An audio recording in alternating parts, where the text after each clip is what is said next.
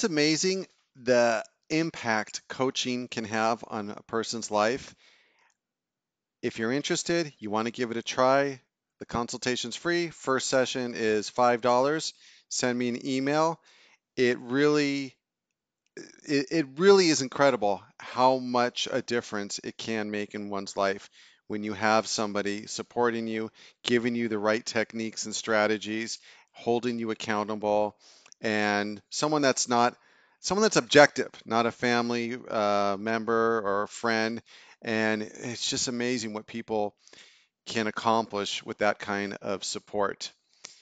And in coaching, oh, so if you're interested, just send me an email. My email, oops, sorry, my email's down there. So send me an email. And in coaching, we don't just talk about the external things. Yes, it's important to have good, healthy habits, eat right, sleep well, exercise, have self-discipline, get enough sunlight, drink enough water. I mean, there's so many things that go into building a solid foundation in order for you to create the life that you want. And one of the things I see when coaching people is that they make the mistake of trying to make a significant change in their life or accomplish something, and they just feel like they can't get any traction. They're not moving forward on what they want to accomplish. And sometimes part of the reason is they haven't created the environment, they haven't created the circumstances and situations in which they are able to create the life that they want. So it's like taking a rose and planting it in a soil that has no nutrients. It's not going to grow, it's not going to flourish. And a lot of times that's what we struggle with is we don't have the right soil. And people will contact me and they'll want to work on self-discipline, eating, or they'll want weight loss, or they'll want to work on um, health, developing healthy habits or study habits or things like that. And the thing that I really encourage them to start with is let's make sure you're on a solid foundation. So if you're sitting all day and you're staring at screens, whether that's mindlessly surfing the internet or you're going on Facebook on your phone or your body is just not moving, your mood and your energy is going to be flattened. It's going to be lethargic, more lethargic. What the body craves is movement. We need to be moving. We need to be getting up, standing up, and not sitting. We sit all day at our job. We sit in our car as we go to and from the job. We come home and we sit and we're surrounded by four walls and we watch TV or go on the computer. Our bodies are not designed for that. Our bodies are designed to be outdoors, getting fresh air, getting sunlight, getting exercise, and even better, getting social connections. And that makes a huge difference because a lot of the dips in mood, the low moods, or feeling people feeling down, they try to fix it by saying, "Oh, I need to read another book on depression, or I need to read another book on how to be happy." And while all those things are good, one of them, the main things to start doing is, hey, have I created the solid foundation in order to create the life I want? So I can't emphasize it enough. Sunlight in moderation, right? And as long as you don't have any issues with your really light, if you're really light skin, you want to be careful.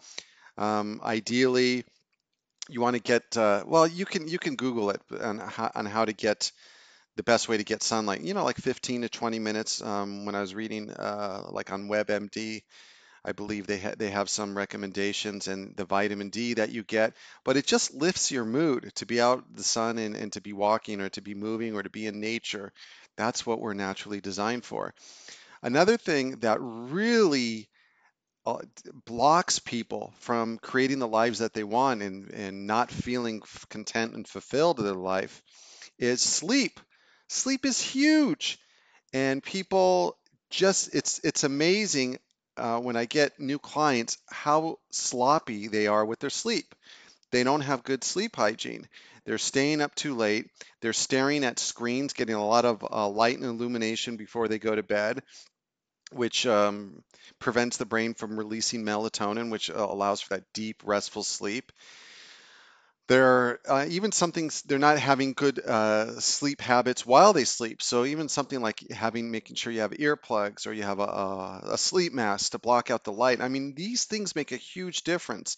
And another thing that I find clients believe is that, oh, 8 hours is 8 hours or 7 hours is 7 hours. It doesn't matter what time I go to bed. Furthest from the truth. If you do some research about our circadian clock, that the internal body clock, it's set with the sun.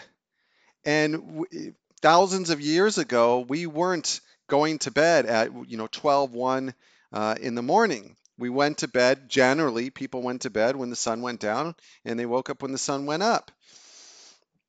Now I know in the northern climates that's going to be a little bit different, but basically we were in sync with the sun. I read a great article about how to reset your internal body clock, and it said go camping.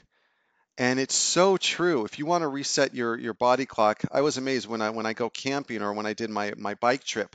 Shortly after the sun went down, I was in bed. I went to sleep. And then when the sun came up, I awoke feeling refreshed and ready to start the day. I mean, so many times now people are hitting the snooze alarm and having coffee and just feeling lethargic and not being able to wake up. I mean, and a lot of people in their 20s or 30s are struggling with this. This is not normal. And so again, it's about creating a solid foundation and then start working on the things that you want to accomplish in your life. The other thing is the people you surround yourself. We've heard the expression that you're the combination of the five closest people in your life. And to a degree, there's a lot of truth to that. That people have a big influence on us. And so if we're surrounding ourselves with complaining, negative, stressful people, we're going to take on that energy. It's really hard when you're around someone that's really stressed and anxious all the time to not take on that type of energy. And we want to surround ourselves with positive people, people that are taking care of their health, taking care of their self-development, working on their growth. That's the type of people that we want to be surrounding ourselves with. Um, and the others, some other just basic things, the diet and nutrition. Our bodies are not designed to eat all the crap we put in it with all the chemicals and the preservatives and all the processing food. Our bodies are designed to eat a natural diet. And I think people complicate diet so much. I mean, just eat fresh fruits, fresh vegetables, lean meats, chicken and fish, nuts. And as I read, one author said if you're eating something that has a label on it, it's probably not good for you. And just try to stay away from the processed stuff, the sugars, the processed carbs, like breads and pastas and things like that. If you're going to eat rice, try to eat brown rice and eat lighter meals. Digestion is a huge drainer of energy. It just takes so much energy for our bodies to digest all the food that we put in it, and a portion size are steadily increasing. And so what we want to do is just say, okay, ask for a to-go box. When they bring your food, if you're going out to a restaurant, ask for a to-go box and pack up a third of the meal or a half of the meal ahead of time. You feel so much better when you eat light. There's no better feeling that you eat light. You're full but not stuffed, and you feel more energetic, and nothing worse than after stuffing your face and you're dragging yourself about. The other thing is that there's a really good book called The Shallows, and it talks about how technology has rewired our brains. And that's what we've done. It's people find difficulty in concentrating and focusing. The author in the book even talks about how he struggles reading books now, whereas 20 years ago he was able to sit through and read a book. It's because that's the way we've hardwired our brain to look for the brain loves new stimulation. So we're constantly hitting like playing the slot machine and putting another dollar in and waiting for the next jackpot or the next payoff. And that's what we're doing. We're always looking for the next payoff of the Facebook page, going on Twitter, going on the news, going on Reddit, going on whatever. We're constantly searching for that next fix, YouTube. And it really takes away, it makes our brain lazy and unable to focus and concentrate and to be disciplined. And that's where we feel the most reward is when we discipline our brains and we do the things that are short-term pain for long-term gain. Doing the homework, studying, learning, stuff that doesn't offer that immediate gratification. And so if you're addicted to video games or you're on the internet all the time, you're going to struggle. That's not a solid foundation. And so that's just some of the things that we work on in coaching. It's just getting you a balanced life with a solid foundation, and then we start accomplishing all these other things that the goals and things that you want to complete in your life. And it's amazing how much progress people can make once they're on that solid foundation. Okay, once again, yeah, just shoot me an email down there. And if you, I love your comments. If you like the video, that's always, or subscribe, that's really appreciated. And again, if you want to hit me up for a free consultation, and then the first session's $5, and then it's really affordable. After that, send me an email. And hey, thanks for all your support. And until next time, bye bye.